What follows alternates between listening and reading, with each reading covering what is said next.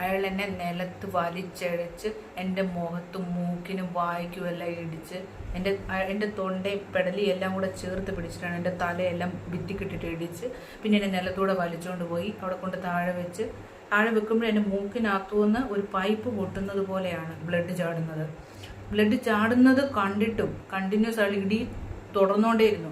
പിന്നെ എൻ്റെ പുറം, എൻ്റെ ബാക്ക് എല്ലാം ഇടിച്ചിട്ടുണ്ട്, എൻ്റെ കാല് കടി അതെല്ലാം അയാൾ ചെയ്യുന്നുണ്ട്. എന്നിട്ട് ലാസ്റ്റ് ആ നിലത്ത് കിടക്കുന്ന ബ്ലഡ് എല്ലാം കൂടെ അയാളൊരു തോർത്തിൽ പിഴിഞ്ഞിട്ട് രസിക്കുക. അയാൾ പറയുന്നത്, നീ ഇനി പുറം ലോകം കാണത്തില്ല എന്ന്, പുറം ലോകം നിന്നെ ഞാൻ കാണിക്കത്തുമില്ല. എൻ്റെ 3 കുഞ്ഞുങ്ങളുടെ ജീവനും ഇപ്പം ഭീഷണിയുണ്ട്. ഇതിനു മുന്നേ എൻ്റെ കൊച്ചുങ്ങളെ അകത്ത് പൂട്ടി വെച്ച് ഭീഷണിപ്പെടുത്തി അയാൾ ഒപ്പിട്ട് വാങ്ങിയിട്ടുണ്ട്. അങ്ങനെ ഒരുപാട് കാര്യങ്ങൾ അയാൾ ചെയ്തിട്ടുണ്ട്.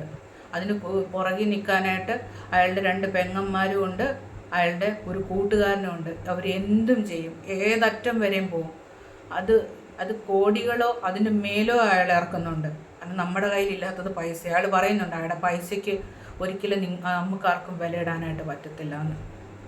അതുകൊണ്ട് എൻ്റെ കുഞ്ഞുങ്ങളുടെ, ഞാൻ ജീവിച്ചിരിക്കുന്നത് പോലെ തന്നെ ഇന്ന് അതുപോലെ എൻ്റെ കുഞ്ഞുങ്ങൾ ജീവിച്ചിരിക്കണം. എനിക്ക് പറ്റാവുന്നത്ര ഞാൻ എൻ്റെ കുഞ്ഞുങ്ങളെ പ്രൊട്ടക്റ്റ് ചെയ്യും.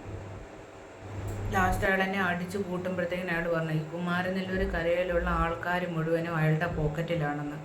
അതുകൊണ്ടാണ് നീയോ നിൻ്റെ കുട്ടികളോ അല്ലെങ്കിൽ ആരൊക്കെ ശ്രമിച്ചാലും അയാളുടെ ഇമേജിന് കളങ്കം വരുത്താത്ത രീതിയിലുള്ള എന്ത് കാര്യങ്ങളും ചെയ്യും. അതിനു വേണ്ടിയുള്ള വക്കീലും പിൻബലവും ഒക്കെ അയാൾക്കുണ്ടെന്ന് പറഞ്ഞു.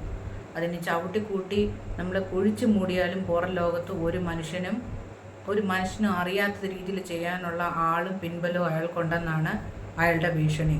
അതിന് ഏത് മാർഗം സ്വീകരിക്കാനും അയാൾ തയ്യാറാണെന്ന് പറഞ്ഞിട്ടുണ്ട്. അതുമാത്രമല്ല, അയാൾ ഉണ്ടാക്കി വെച്ചേക്കുന്ന ഇമേജ് ഒരു പാവം, അയാളെക്കുറിച്ച് അങ്ങനെ മാത്രമേ ഏത് മനുഷ്യനോട് ചോദിച്ചാൽ പറയത്തുള്ളൂ. അതിനുള്ളത് ഞാനിവിടെ സമ്പാദിച്ച് വെച്ചിട്ടുണ്ട്. അതുകൊണ്ട് നീ എന്തൊക്കെ ശ്രമിച്ചെന്ന് പറഞ്ഞാലും നിനക്ക് നീതി കിട്ടാത്ത എല്ലാ കാര്യവും ഞാൻ ചെയ്യും. അതിന് ഞാൻ ശ്രമിക്കുകയും ചെയ്യുന്നതാണ് അയാളുടെ ഭീഷണി.